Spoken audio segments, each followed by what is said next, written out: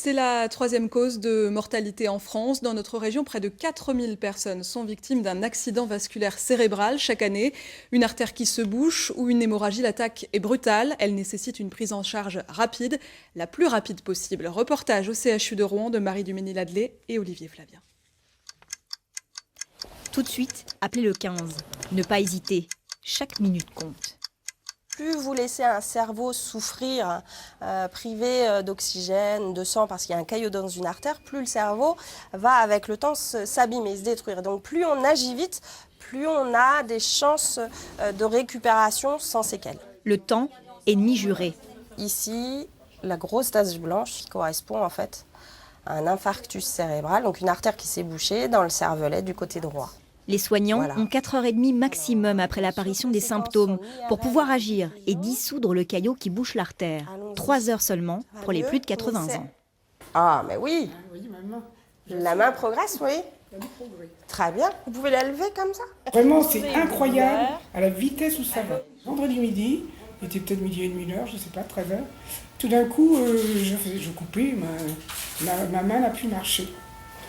Plus du tout, plus du tout. Depuis, c'est assez mou. Donc, je me suis levée en me disant, oh, attention. Et ma jambe, elle pesait 1 tonne. Bon, moi, je ne me suis pas angoissée, mais je me suis dit, c'est un AVC. Mais moi, j'ai mon instinct de conservation. Donc, c'est peut-être ça. Mais vous savez bien que c'est pas normal. Brutalement, plus rien n'est normal. Les mots se dérobent, la bouche s'affaisse, le bras s'engourdit, la vision s'obscurcit. Des symptômes, même passagers, qui doivent alerter. Les facteurs favorisants, c'est la tension, le diabète, le cholestérol. Effectivement, certains facteurs de risque sont connus. Ils augmentent avec l'âge et touchent plus souvent les hommes. Et puis, il y a les autres. Tout le reste, le tabac, le cholestérol, la tension, le diabète, le surpoids, la sédentarité, tout ça, on peut agir là-dessus. Chaque année, on dénombre près de 4000 accidents vasculaires cérébraux en Haute-Normandie. Bonsoir, docteur Massardier. Bonsoir. Vous êtes neurologue au CHU de Rouen. Une journée mondiale de l'AVC, en parler, informer, sensibiliser, ça peut vraiment permettre d'améliorer la prise en charge des patients ?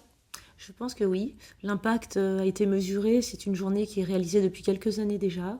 Et l'objectif est vraiment de sensibiliser le grand public aux symptômes de l'accident vasculaire et aux possibilités de mieux le prendre en charge. On se rend compte justement dans le reportage, on ne peut pas faire grand-chose avant que ces symptômes interviennent. En revanche, une fois qu'ils sont là, il faut réagir tout de suite. Oui, lorsque l'accident survient, c'est une urgence extrême, comme mes collègues le rappelaient dans le reportage. On sait aujourd'hui qu'il y a environ effectivement 4000 cas détectés en Haute-Normandie à des degrés de gravité divers. C'est un chiffre en progression. Comment cela s'explique? La population est plus exposée aujourd'hui? Il y a plusieurs explications. Il y a le vieillissement de la population générale, puisque les accidents touchent des gens de plus en plus âgés, donc une augmentation de ce fait, mais aussi sans doute parce qu'on détecte également des accidents moins sévères qui sont pris en charge plus précocement. Peut-être aussi parce que la population justement est plus sensibilisée et plus en alerte alors. On l'espère, mais avec encore des progrès à faire. On l'entendait dans le reportage également, il y a des facteurs qui déclenchent ou des facteurs de risque, l'hypertension, l'alcool, le diabète, le tabac. Est-ce que ça veut dire qu'on peut vraiment éviter l'AVC en ayant une bonne hygiène de vie? Réduire le risque. L'éviter complètement, probablement pas, parce qu'il y a aussi des causes totalement imparables, mais le réduire notablement en prenant en charge tous ces facteurs de risque préalablement, oui. Au niveau de la prise en charge de ces accidents vasculaires cérébraux, est-ce qu'on peut dire qu'il y a des progrès récents qui ont été faits? On s'en sort mieux parce que c'est un accident qui fait peur, on pense souvent à un accident fatal. On voit qu'en fait, on peut aussi se remettre plus ou moins bien d'un accident vasculaire cérébral. Mais tout à fait. En dehors de la prévention, il y a aussi toutes sortes d'actions qu'on peut mettre en œuvre au moment où l'accident survient. C'est pour ça qu'on est insistant sur le délai d'arrivée. Des traitements peuvent être proposés, pas encore pour tous les patients, mais pour certains, afin de dissoudre le caillot au plus vite une fois l'accident survenu. Et c'est la façon de réduire les conséquences et la gravité d'une partie des accidents vasculaires cérébraux. Merci. Oui, des progrès. Merci beaucoup, docteur Massardier. Merci d'avoir répondu à nos questions.